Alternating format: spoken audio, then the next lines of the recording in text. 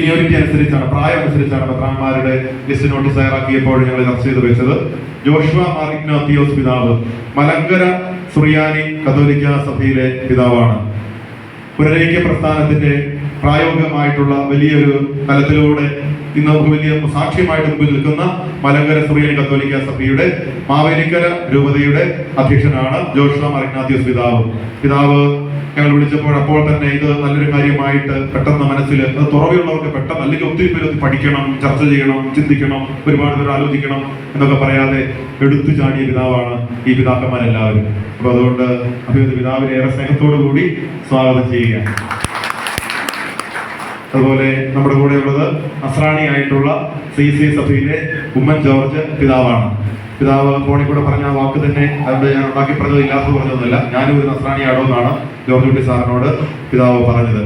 പിതാവ് സുറിയാനി പ്രാർത്ഥനയിൽ ഇങ്ങനെ നെടുന്നീളെ അരമണിക്കൂർ നിന്നത് ഞാൻ വളരെ വിഷമത്തോടു കൂടി നോക്കുകയാണ്. വേറെ കുഴപ്പമൊന്നുമില്ല. പ്രാർത്ഥന നമുക്ക് ആർക്കാൻ മടുപ്പുള്ളൂ.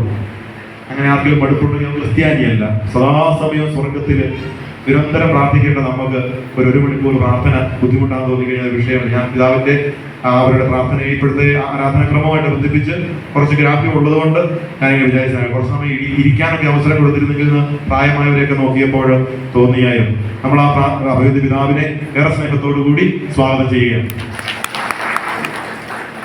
നമ്മൾ ഇവിടെ ബാക്കി എല്ലാവരെയും ഞാൻ സമയത്തിന്റെ കുറവുകൊണ്ട് എല്ലാ അച്ഛന്മാരെയും ഏറെ സ്നേഹത്തിൽ യാക്കോബായ സഭയിൽ നിന്ന് പിതാക്കന്മാർ നമ്മുടെ ഫിലക്സിനോസ് പിതാവ് വരാമെന്ന് പറഞ്ഞതായിരുന്നു. പിതാവ് ഇടുക്കിയിൽ നാളെ രാവിലെ ശുശ്രൂഷകളുടെ പിതാവിന് വരാൻ ബുദ്ധിമുട്ട് പറഞ്ഞത്, വരാമെന്നായിരുന്നു ആദ്യം പറഞ്ഞത്. ഞാൻ നോട്ടീസ് അടിച്ചത്. ഇപ്പൊ പിതാവിനും നമ്മുടെ അസാന്നിധ്യത്തിൽ നമുക്ക് കീപ്പനശ്ശേരി അച്ഛനും അതുപോലെ സ്ലീബാ പോൾ കോറെപ്പിസ്കോപ്പ അച്ഛനും ഉണ്ട്.